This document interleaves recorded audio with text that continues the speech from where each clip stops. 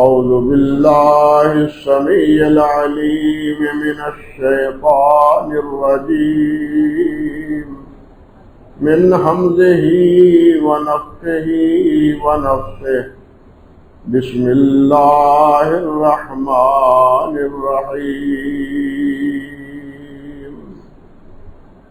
يا أيها الذين آمنوا اتقوا الله وكونوا مع الصادقين سبحان ربك رب العزة عما يصفون وسلام على المرسلين والحمد لله رب العالمين۔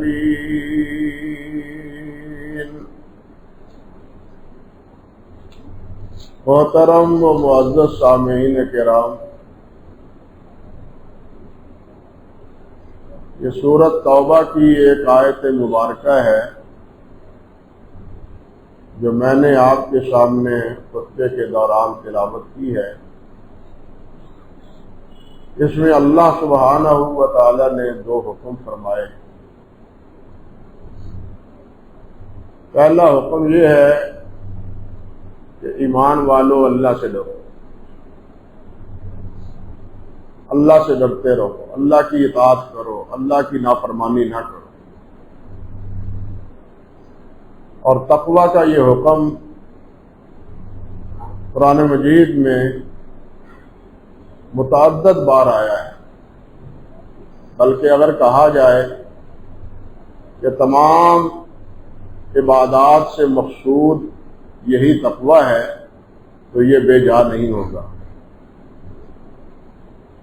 تمام عبادات کا مقصد، اس کی خنا اور حقیقت وہ یہی ہے کہ انسان تقویٰ شعار بنے، اس میں اللہ کا ڈر، اللہ کا خوف وہ جاگزیں ہو جائے، اللہ کی اطاعت گزاری اور اللہ کی نافرمانی کا داعیہ اور جذبہ پیدا ہو۔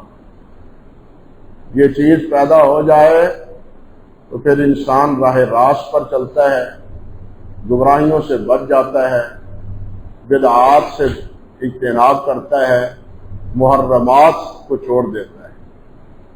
اور اگر اللہ رب العزت کا ڈر ہی نہیں ہے تو پھر جو منمانی دل میں آیا، جو منمانی ہوئی، وہ اس کو پورا کیا۔ اس لیے سب سے پہلے اللہ رب العزت نے یہ فرمایا ہے کہ ایمان والو اللہ سے ڈرو۔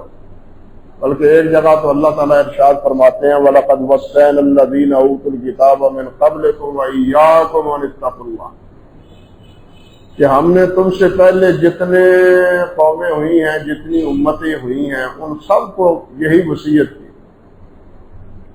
اور تمہیں بھی یہی وصیت کرتا ہوں کہ اللہ سے ڈرو۔ اللہ اکبر کبیر۔ اب آپ اندازہ فرمائیں کہ جس کی وصیت اللہ رب العزت نے ساری امتوں کو کی ہو اور اس امت کو بھی وہی وصیت فرمائی ہو تو اس مسئلے کی اہمیت کیا ہے؟ اللہ اکبر کبیر۔ اور دوسری چیز جو اللہ رب العزت نے یہاں فرمائی ہے وہ قال وَكُونُوا مَعَ الصَّادِقِينَ، اور تم سچوں کا ساتھ دو، جو سچے ہیں جھوٹوں کا ساتھ نہ دو، فسق و فجور میں جو مبتلا ہیں ان کے ساتھی نہ بنو، جو سچائی کے علم بردار ہیں ان کے ہم نوا بنو، ان کے ساتھی بنو، ان کے ہم نوا رہو۔ یہ کون ہے؟ حضرت عبداللہ بن عمر بن عاص رضی اللہ تعالی عنہ فرماتے ہیں کہ ہم رسول اللہ صلی اللہ علیہ وسلم و اصحابہ، کہ اس سے مراد نبی علیہ السلام اور نبی علیہ السلام کے صحابہ ہیں۔ نبی علیہ السلام تو سید الصادقین ہیں، نبی علیہ السلام تو سید الصادقین ہیں، اس لیے آپ کا ساتھ اور صادقین دوسرے جو آپ کے رفقا، آپ کے ساتھی، آپ کے جانشین، آپ پر ایمان لانے والے، ان کا ساتھ دو۔ یہ دو وصیتیں یا دو باتیں اللہ رب العزت نے یہاں ارشاد فرمائی اور یہ بات کئی جگہ پر اللہ رب العزت نے مختلف اسالیب میں بھی فرمائی. ایک جگہ ارشاد فرمایا وَمَن يُشَاقِقِ الرَّسُولَ مِن بَعْدِ مَا تَبَيَّنَ لَهُ الْهُدَىٰ وَيَتَّبِعْ غَيْرَ سَبِيلِ الْمُؤْمِنِينَ نُوَلِّهِ مَا تَوَلَّىٰ وَنُصْلِهِ جَهَنَّمَ وَسَاءَتْ مَصِيرًا، کہ جو آدمی رسول سے ہٹ کے وَمَن يُشَاقِقِ الرَّسُولَ مِن بَعْدِ مَا تَبَيَّنَ لَهُ الْهُدَىٰ، ہدایت واضح ہو جانے کے بعد کہ یہ اللہ کے رسول کا طریقہ ہے، یہ اللہ کے رسول کا حکم ہے، یہ دین کا مسئلہ ہے، اللہ اور اللہ کے رسول نے یہ بات فرمائی ہے. جو آدمی یہ بات معلوم کر لیتا ہے اور پھر اس کے باوجود وہ اللہ کے رسول اور مومنین سے جدا راستہ اختیار کرتا ہے، من بعد ما تبین لہ الہدیٰ ویتبع غیر سبیل المؤمنین، مومنین کے راستے کو اختیار نہیں کرتا. مومنین سے کون مراد ہے یہاں بھی؟ حضرات صحابہ کرام رضوان اللہ علیہم اجمعین اول وہلہ، جن کے دور میں قرآن مجید نازل ہوا، جن کو ایمان کی سعادت اللہ سبحانہ و تعالی نے نبی علیہ الصلوۃ والسلام کی صحبت میں عطا فرمائی. تو فرمایا کہ ایمانداروں سے اور میرے نبی کے راستے سے جو علیحدہ راستہ اختیار کرتا ہے، ہم پھر اس کا رسہ ڈھیلا کر دیتے ہیں. نوَلِّهِ مَا تَوَلَّىٰ، چلو جس طرف جاتے جاؤ، جو چاہتے ہو راستہ اختیار کر لو. تمہاری اگر تم منمانیوں پہ اتر ہی آئے ہو، اللہ کے اور اللہ کے رسول اور رسول کے تابعدار جو مومن ہیں ان سے ہٹ کے اگر تم اور کوئی راستہ اختیار کرتے ہو، کوئی منمانی اختیار کرتے ہو، پھر کرتے رہو. نوَلِّهِ مَا تَوَلَّىٰ، لیکن میرا حکم بھی کر لو، میرا حکم بھی یاد رکھو، وہ فیصلہ بھی سن لو. تم اپنی منمانی کرو اور میرا فرمان بھی سن لو. نوَلِّهِ مَا تَوَلَّىٰ وَنُصْلِهِ جَهَنَّمَ، ہم تمہیں جہنم میں پھینکیں. اللہ اکبر، یہ بڑی سرزنش ہے، بہت تنبیہ ہے کہ اللہ اور اللہ کے رسول کا ساتھ چھوڑ کے جو علیحدہ راستہ اختیار کرتا ہے، صحابہ کرام رضوان اللہ علیہم اجمعین کے راستے سے جدا راستہ اختیار کرتا ہے، نوَلِّهِ مَا تَوَلَّىٰ وَنُصْلِهِ جَهَنَّمَ وَسَاءَتْ مَصِيرًا، یہ جانے والا بہت برا راستہ ہے، جہنم سے بری جگہ اور کوئی نہیں. اللہ تعالیٰ محفوظ رکھے. نبی علیہ الصلوۃ والسلام اور جگہ بھی قرآن مجید میں یہی بات ارشاد فرمائی. نبی علیہ الصلوۃ والسلام سے بھی یہی باتیں منقول ہیں.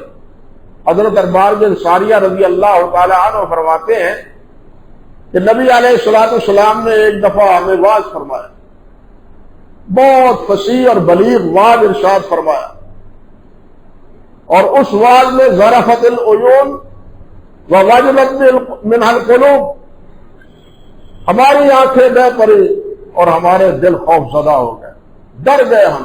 نبی علیہ الصلوۃ والسلام کا اتنا مؤثر اور اتنا بہترین واعظ تھا کہ ہم پر بہت اثر ہوا. ہماری آنکھیں جو ہے نا وہ بہ پڑی، رونے لگی، اور ہمارے دلوں میں ڈر پیدا ہوا. یہاں یہ بات بھی سمجھنی چاہیے کہ مؤثر واعظ وہ ہے، اللہ اکبر، جس میں نعرے بازی نہ ہو، جس میں اللہ کا خوف ہو، اللہ کا ڈر پیدا ہو، آنکھوں سے آنسو بہ جائیں، وہ واعظ ہے مؤثر.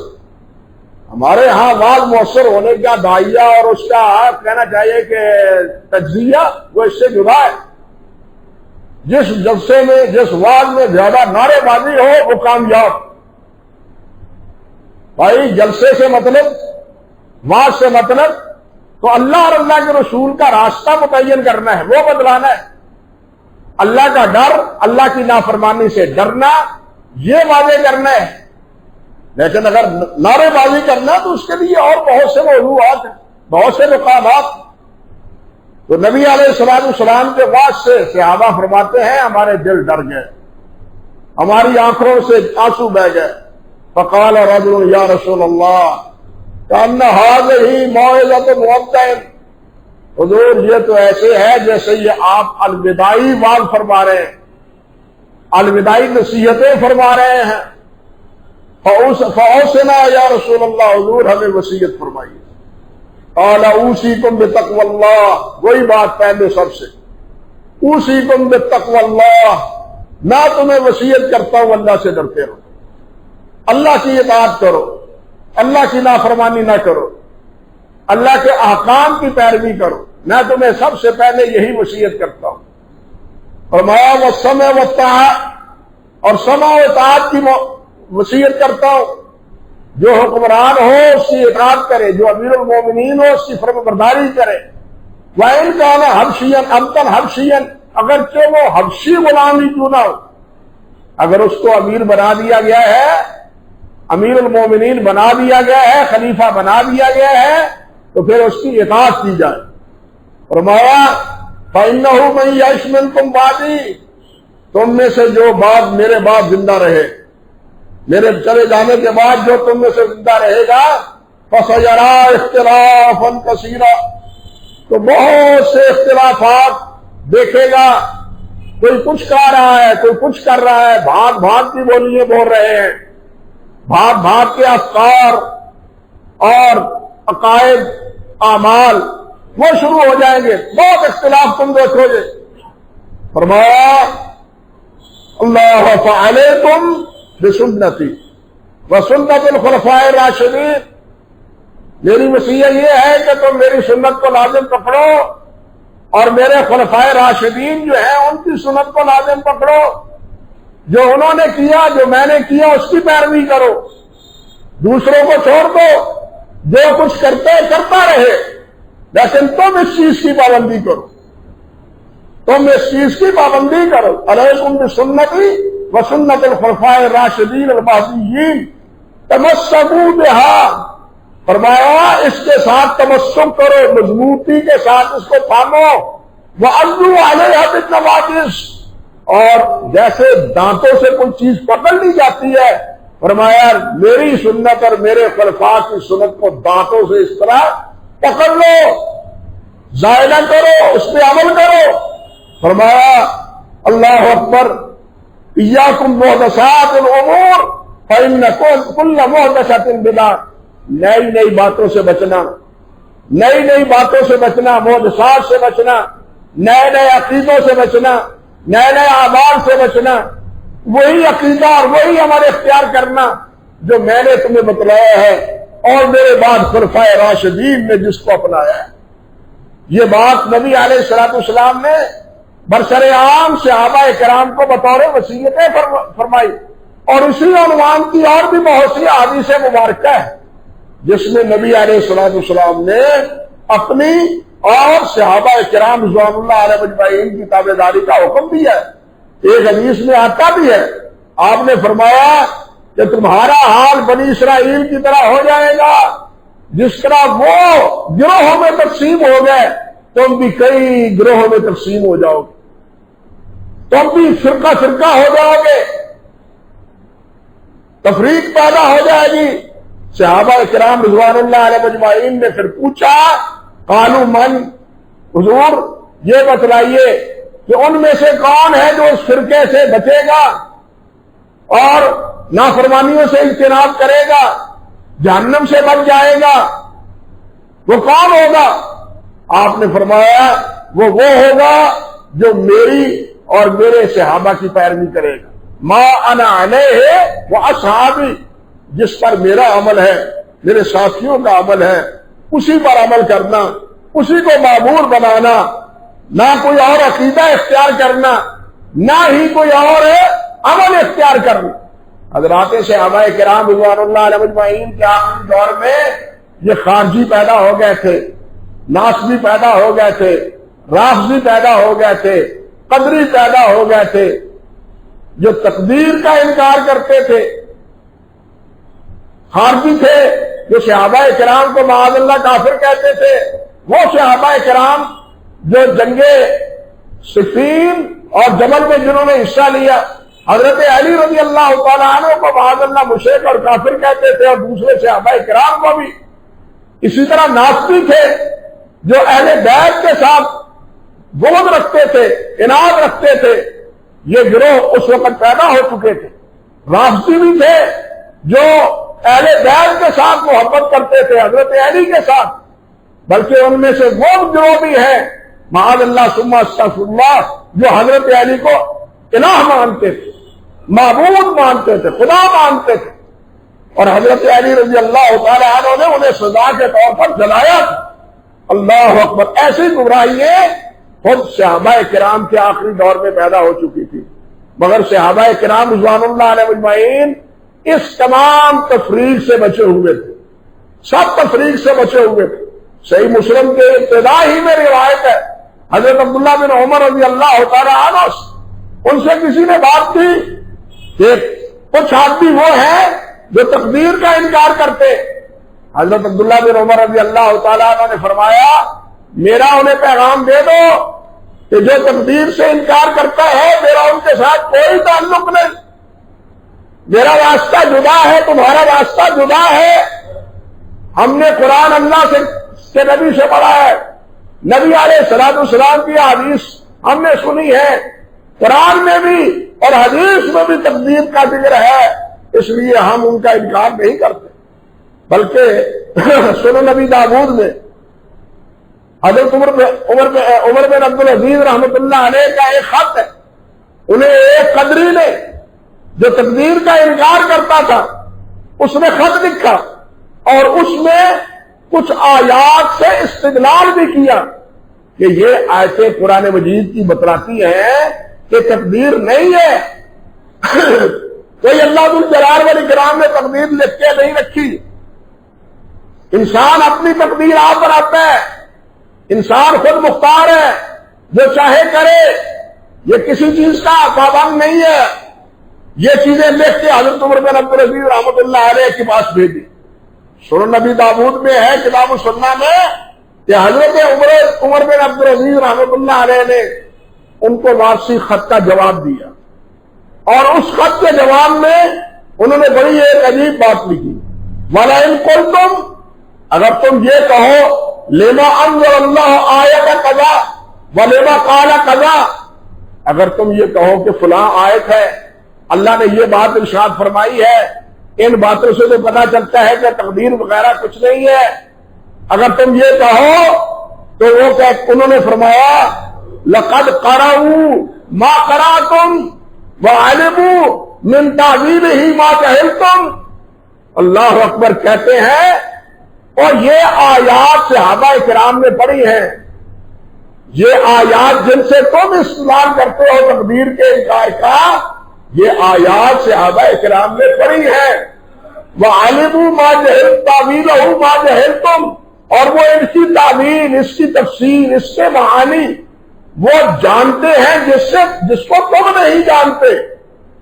انہوں نے نبی صلی اللہ علیہ وسلم سے یہ آیات سمجھی ہیں، اور اس کے ساتھ ساتھ وَقَالُوا بَعْدَ ذَلِكَ كُلِّهِ بِكِتَابٍ وَقَدْرٍ، اس کے باوجود انہوں نے اقرار کیا کہ اللہ نے لکھ رکھی ہے کتاب، تقدیر، کتاب تقدیر اللہ کے ہاں ہے، اللہ نے لکھوائی ہے، زمین و آسمان کے بننے سے بھی پہلے اللہ سبحانہ و تعالی نے جو کچھ قیامت تک ہونا تھا، جس نے آنا تھا، جس نے کرنا تھا، وہ سب کچھ اللہ ذوالجلال نے لکھوا دیا ہے۔ اور وہ صحابہ کرام یہ آیات پڑھتے تھے لیکن تقدیر کا اقرار بھی کرتے تھے۔ تم انہی آیات کو پڑھ کے تقدیر کا انکار کرتے ہو، اب تم بتلاؤ تمہارا مقام کیا ہوا، تم کہاں کھڑے ہو؟ صحابہ کے ساتھ تو تم نہیں کھڑے، صحابہ کے ساتھ تم نہیں کھڑے، بلکہ تم نے ان سے جدا راستہ اختیار کیا ہے۔ حضرت امام بخاری رحمۃ اللہ علیہ نے الادب المفرد میں ایک بڑی عجیب بات نقل کی ہے۔ طلق بن حبیب تھے، وہ کہتے ہیں کون تو اشد الناس تکذیبا بالشفاعہ، اللہ اکبر، خارجی وہ بھی تھے، معتزلی تھے، جو کہتے تھے کہ جو ایک بار جہنم میں چلا گیا وہ جہنم سے نہیں نکلے گا، اس کی کوئی سفارش نہیں کرے گی، چلے گی۔ اللہ نے فرمایا کہ جو جہنم میں داخل ہو گیا اس کو جہنم سے نہیں نکالا جائے گا۔ یہ طلب بن حبیب کہتا ہے کہ میں اس عقیدے پر تھا اور یہ بات سمجھتا تھا، لوگوں کو کہتا تھا اشد الناس تکذیبا بالشفاعۃ، اور میں کہتا تھا کوئی قیامت کے دن شفاعت کرنے والا نہیں ہوگا۔ من ذا الذی یشفع، کون ہے جو اللہ کے یہاں شفاعت کرنے والا؟ اللہ اکبر۔ فسألت جابرا، تو میں نے حضرت جابر بن عبداللہ رضی اللہ تعالیٰ عنہ سے یہی مسئلہ پوچھا، تو حضرت جابر رضی اللہ تعالیٰ عنہ نے فرمایا یا طلحہ، یہ طلیق کی تصویر ہے، او طلحہ، او طلحہ سمعت النبی صلی اللہ علیہ وسلم، سنو میں نے اللہ کے رسول سے سنا ہے، وہ فرماتے تھے یخرجون من النار بعد دخول جہنم، کہ لوگ جہنم میں داخل ہونے کے بعد سفارش سے نکالے جائیں گے۔ جہنم سے داخل ہونے کے بعد شفاعت سے نکالے جائیں گے۔ ہم نے نبی علیہ الصلوۃ والسلام سے یہ حدیث مبارکہ سنی ہے، وَنَحْنُ نَقْرَأُ الَّذِي تَقْرَأُ، اگلا جملہ سنیے، وَنَحْنُ نَقْرَأُ الَّذِي تَقْرَأُ، اور جو قرآن مجید کی تو آیت پڑھتا ہے وہ ہم بھی پڑھتے ہیں، لیکن اس کے باوجود کیا ہے، ہم شفاعت کا اقرار کرتے ہیں کہ نبی علیہ السلام سفارش کریں گے، شہداء سفارش کریں گے، صلحاء سفارش کریں گے، جن کو اللہ اجازت دے گا، جن کو اللہ اجازت دے گا اور جن کے بارے میں اللہ اجازت دے گا۔ یہ ہم نبی علیہ السلام کی زبان اقدس سے بھی سنتے رہے، اور جو تو آیتیں پڑھ کے سمجھتا ہے کہ سفارش نہیں ہے، جہنم سے کوئی نہیں نکالا جائے گا، یہ آیتیں ہم بھی پڑھتے ہیں۔ معلوم ہوا کہ یہ جتنے بھی فرقے ہیں یہ قرآن مجید کے علی الاطلاق بعض آیات سے غلط استدلال کرتے ہیں، دوسری آیات کو نظر انداز کر دیتے ہیں، اور اس کے بارے میں نبی علیہ السلام کی حدیث مبارکہ اس کو بھی نظر انداز کر دیتے ہیں۔ اللہ اکبر کبیرہ۔ اسی طرح اور بھی بہت سی واقعے، حضرت حذیفہ اسی لیے فرمایا کرتے تھے رضی اللہ تعالیٰ عنہ، حذیفہ بن یمان فرمایا کرتے تھے کہ کل عبادت لم یتعبدها صحاب رسول اللہ صلی اللہ علیہ وسلم فلا تعبدوها، کہ ہر وہ عبادت، ہر وہ عمل جو صحابہ نے نہیں کیا وہ تم مت کرو، کیونکہ صحابہ کا راستہ مومنین کا راستہ ہے، صحابہ کا راستہ مومنین کا راستہ ہے، اور جو صحابہ سے ہٹ کے راستہ ہے وہ مومنین کا راستہ نہیں ہے۔ آج ہم لفظ بولتے ہیں لیکن اس کا مفہوم نہیں سمجھتے، ہم کہتے ہیں جی اہل سنت والجماعت، اہل سنت والجماعت، یہ طریقہ اہل سنت والجماعت کا ہے، لیکن کوئی پوچھے کہ اہل سنت والجماعت ہے کون؟ کیا یہ بھیڑ والجماعت ہے، یا یہ اہل سنت یہ بھیڑ یہ اہل سنت ہے؟ حاشا وکلا قتل نہیں، اس کی تعبیر اہل علم نے خود کی ہے، بلکہ عقائد کی کتابوں میں موجود ہے، جو عقیدے میں کتابیں لکھی گئی ہیں۔ شرح عقیدہ طحاویہ، علامہ طحاوی رحمۃ اللہ علیہ کی کتاب ہے عقیدے پر، اس کی شرح لکھی ہے علامہ ابن ابی العز رحمۃ اللہ علیہ نے۔ وہ فرماتے ہیں السنہ، سنہ سے مراد کیا ہے؟ طریقۃ الرسول، طریقۃ الرسول، سنت سے مراد کیا ہے؟ رسول اللہ کا طریقہ۔ اور والجماعت، جماعت سے مراد کیا ہے؟ جماعت المسلمین وهم الصحابہ، اس سے مراد مسلمانوں کی جماعت، فرد واحد نہیں، فرد واحد نہیں، فرد واحد کا قول غلطی ہو سکتی ہے، اس میں خطا ہو سکتی ہے، فتوے میں غلطی ہو سکتی ہے، لیکن ایک پوری جماعت کا فتویٰ وہی ہو تو اس سے غلطی نہیں ہو سکتی۔ بات سمجھے؟ والجماعت وهم الصحابہ، اور جماعت سے مراد کون ہے؟ صحابہ کرام رضوان اللہ علیہم اجمعین۔ یہ ہے اہل سنت والجماعت، یہ ہے اہل سنت والجماعت۔ حضرت شیخ عبد القادر جیلانی رحمت اللہ علیہ غنیت الطالبین میں فرماتے ہیں فعلی المومن، مومن پر لازم ہے اتباع السنت والجماعہ، اتباع السنت والجماعہ، سنت اور جماعت کی پیروی لازم ہے۔ فرماتے ہیں فسنہ ما سن رسول اللہ صلی اللہ علیہ وسلم، سنت کیا ہے؟ جو نبی علیہ السلام نے جاری کی ہو۔ سنت کیا ہے؟ ما سن رسول اللہ صلی اللہ علیہ وسلم، والجماعہ متفق علیہ الصحابہ فی خلافۃ الائمۃ الاربعہ۔ فرماتے ہیں والجماعہ سے مراد خلفائے اربعہ، خلفائے راشدین کا متفقہ عمل ہے۔ سمجھے بات؟ اہل سنت والجماعت سے مراد کیا ہے؟ یہ بھیڑ نہیں،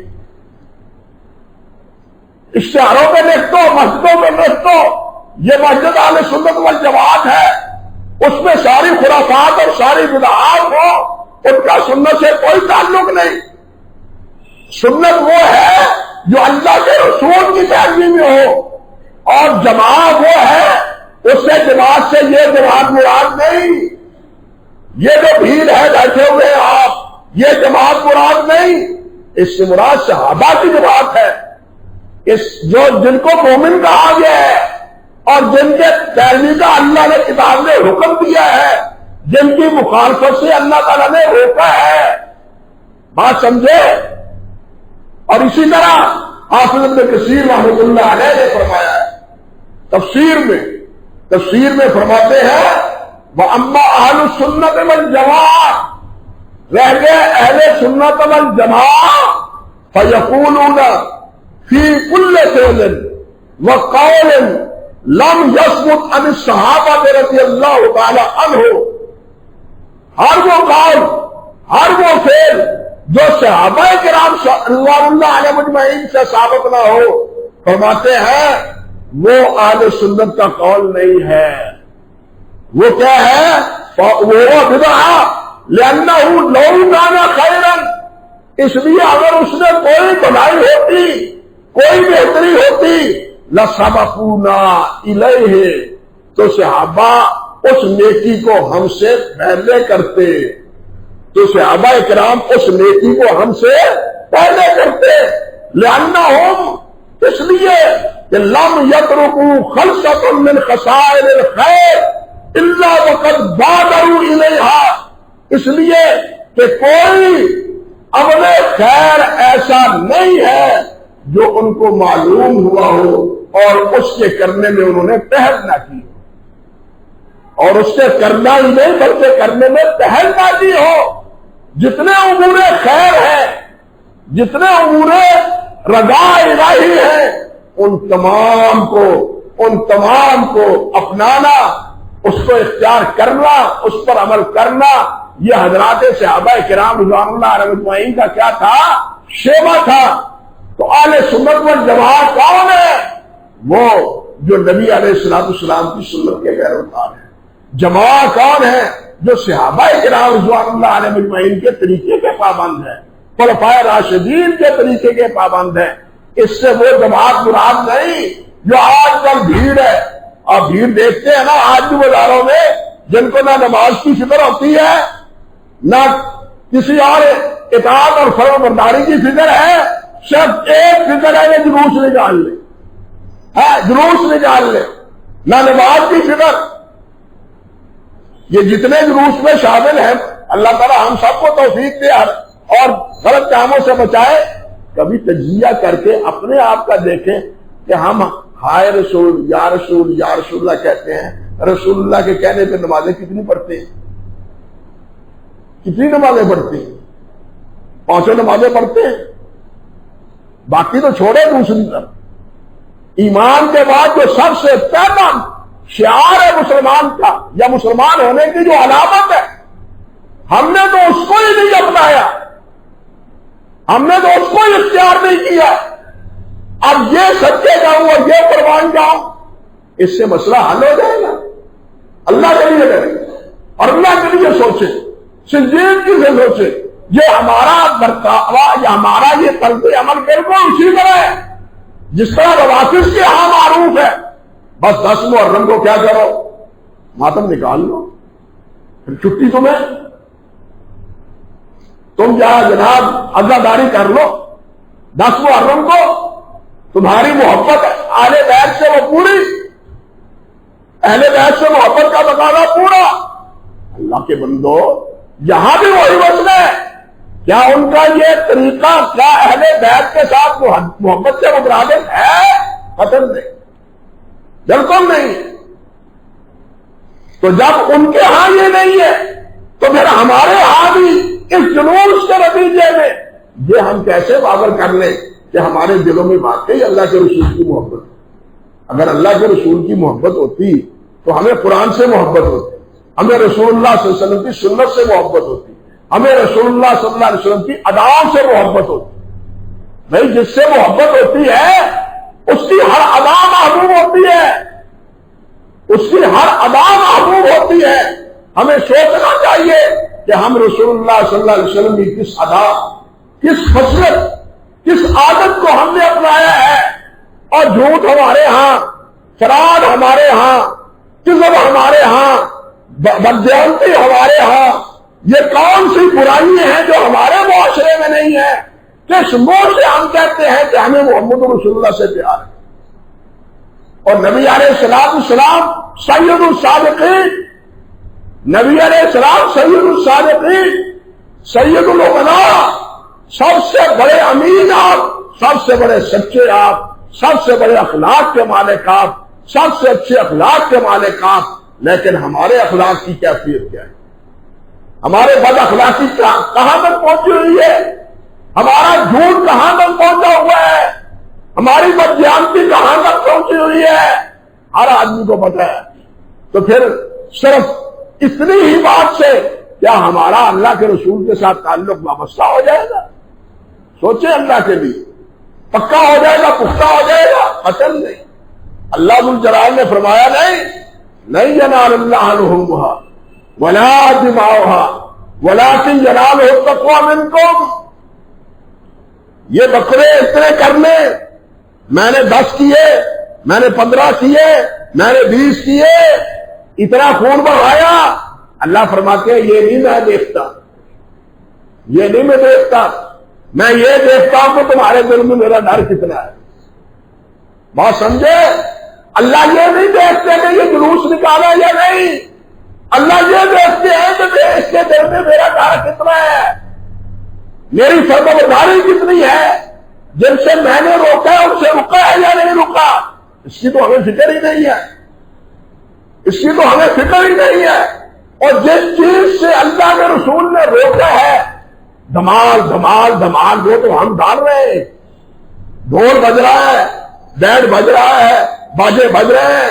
نبی علیہ السلام نے فرمایا میری بعثت کا ایک مقصد یہ ہے کہ یہ ڈھول ڈھمکا ختم کر دوں، یہ ڈھول ڈھمکا ختم کر دوں، اور ڈھول ڈھمکے کی بجائے میں تمہارا تعلق اللہ سے جوڑ دوں۔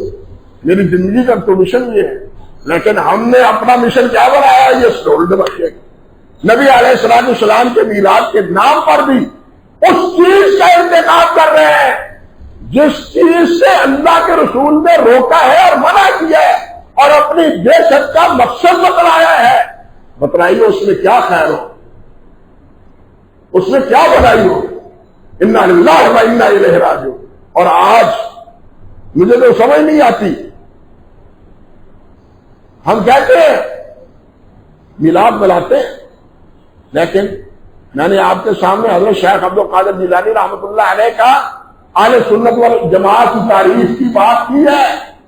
کبھی ان سے یہ بھی پوچھے، ان کی کتاب سے پوچھے کہ نبی علیہ السلام کی یوم پیدائش کیا ہے۔ اسی کتاب بنیت الطالبین میں محرم کے مسائل بیان کرتے ہوئے شیخ نے فرمایا ہے کہ نبی علیہ السلام کی ولادت 10 محرم میں ہوئی، یک نہ شد 2 شد۔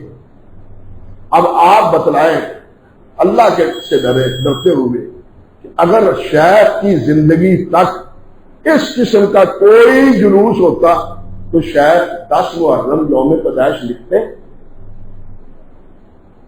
یا کم سے کم اختلافی نوٹ ہی دے دیتے کہ 12 بھی ہے، لوگ اس دن عید مناتے ہیں، 12 بھی ایک قول ہے، قیلا سے یہ بات ذکر کی، لیکن انہوں نے اس قسم کا کوئی اختلاف بھی ذکر نہیں کیا، اختلاف بھی ذکر نہیں کیا۔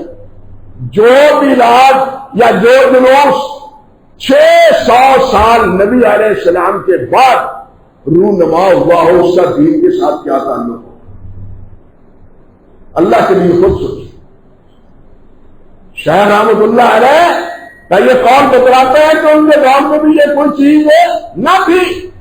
اب لکھنے فلاں مناتا ہے، فلاں مناتا ہے، فلاں بھائی فلاں فلاں کی بات نہیں ہے، بات ہے اللہ اور اللہ کے رسول اور اللہ کے رسول کے صحابہ۔ امام مالک رحمۃ اللہ علیہ جس وقت ان کے کا دور اطلاع آیا، یا امام احمد بن حنبل رحمۃ اللہ علیہ کا دور اطلاع آیا، لوگوں نے مظاہرے کیے، باتیں کی، امام مالک کیا فرماتے تھے؟ ایتونی بکتاب اللہ و سنت رسول، بس یا ثبوت لاؤ اللہ کی کتاب سے، یا ثبوت لاؤ اللہ کے رسول کی سنت سے، مجھے بات منوانی ہے تو جہاں سے منواؤ۔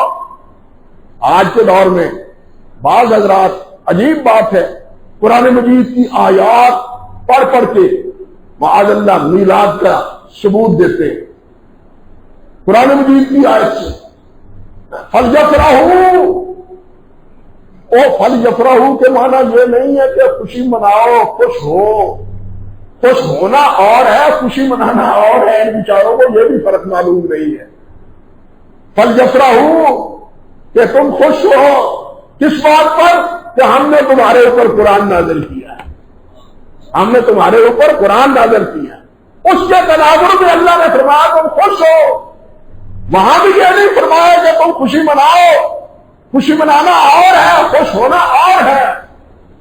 اور یہ بھی دیکھو کہ کیا خوشی منانے میں نبی علیہ السلام جب مدینہ طیبہ تشریف لائے تھے، صحابہ کرام کو خوشی تھی نا، صحابہ کرام کو خوشی تھی، تو صحابہ کرام پر جب یہ نعمت اللہ تعالیٰ نے عطا فرمائی تو اس نعمت کا شکر 12 ربیع الاول کا انہوں نے کیوں نہیں کیا؟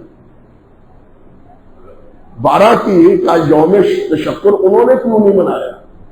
یہ قرآن مجید کی آیات انہوں نے پڑھ پڑھ کے نہیں سمجھی؟ وہ جیسے میں نے حضرت عمر بن عبد العزیز کی بات کی، یا جیسے حضرت جابر بن عبداللہ رضی اللہ تعالی عنہ کی بات کی، یہ قرآن مجید کی آیات جو آج مولوی صاحب پڑھ کے ہمیں ثبوت کے طور پر دیتے ہیں، کیا صحابہ کرام نے نہیں سمجھا اور صحابہ نے نہیں پڑھی؟ اگر پڑھی ہے اور نہیں کیا تو پھر یہ دلیل ہے کہ تم جو کہہ رہے ہو وہ غلط کہہ رہے ہو۔ جس طرح خارجی قرآن مجید کی آیتیں پڑھ کے غلط استدلال کرتے تھے، قدری قرآن کی آیتیں پڑھ کے غلط استدلال کرتے تھے، جاتی قرآن مجید کی آیات پڑھ کے غلط استدلال کرتے تھے، بالکل یہی نوعیت ہر بدعت کی، ہر خلاف سنت اور خلاف دین کے یہی کیفیت۔ بہت سی باتیں اس حوالے سے بہرحال عرض کرنے کا مقصد یہ تھا کہ اللہ نے ہمیں جس بات کا پابند بنایا ہے اور اللہ کے رسول صلی اللہ علیہ وسلم نے جس چیز کا حکم فرمایا ہے وہ کیا ہے؟ میری سنت کی تابع داری کرو اور میرے صحابہ کی سنت کی تابع داری کرو، میرے ساتھی رفقاء صحابہ کے فَإِنْ آمَنُوا بِمِثْلِ مَا آمَنْتُمْ بِهِ فَقَدِ اهْتَدَوْا وَالَّذِينَ اتَّبَعُوهُم بِإِحْسَانٍ رضی اللہ عنہم ورضوا عنہ۔ اللہ نے ان کے تابع داری کا حکم دیا، کسی اور کی تابع داری کا حکم نہیں دیا۔ کوئی مناتا ہے مناتا رہے، ہم ایک طرف، ہم کن کے ساتھ؟ صحابہ کے ساتھ۔ ہم کس کے ساتھ؟ نبی علیہ السلام کے ساتھ۔ 23 سال میں آپ کی زندگی میں یہ دن آیا، لیکن آپ نے اس قسم کا کوئی دن نہیں منایا، نہ صحابہ کو منانے کا حکم فرمایا، نہ صحابہ نے منایا۔ اس لیے نہ منانے والے تو ساتھی کس کے ہوئے؟ کس کے ہوئے؟ صحابہ کے ساتھی ہوئے، اور جو منانے والے ہیں وہ صحابہ کے ساتھی نہیں ہیں، وہ کم سے کم صحابہ کرام کے ساتھی نہیں ہیں۔ جس کے بھی ساتھی بنے ہمیں اس سے کوئی شروکار نہیں، لیکن صحابہ کرام کے ساتھی وہ نہیں ہیں۔ اللہ گمراہیوں سے ہمیں بچائے اور اسی صراط مستقیم پر قائم رکھے جو صراط مستقیم ہمیں اللہ کے رسول دے کے گئے تھے۔ وآخر دعوانا